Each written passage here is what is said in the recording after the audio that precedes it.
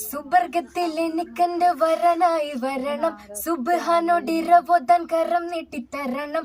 ഇത് കണ്ടേ ഉമ്മയിന്റെ മനസ്സൊന്നിടരണം, എനിക്കങ്ങ് സുഖിക്കണം, പിന്നെ പടച്ചോനെ സ്തുതിക്കണം.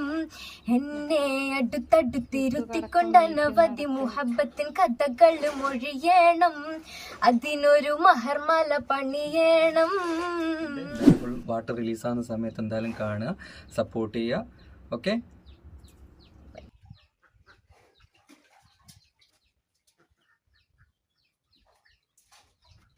ദുഃഖം പറയാൻ വയ്യ അവർക്ക്, പാവം.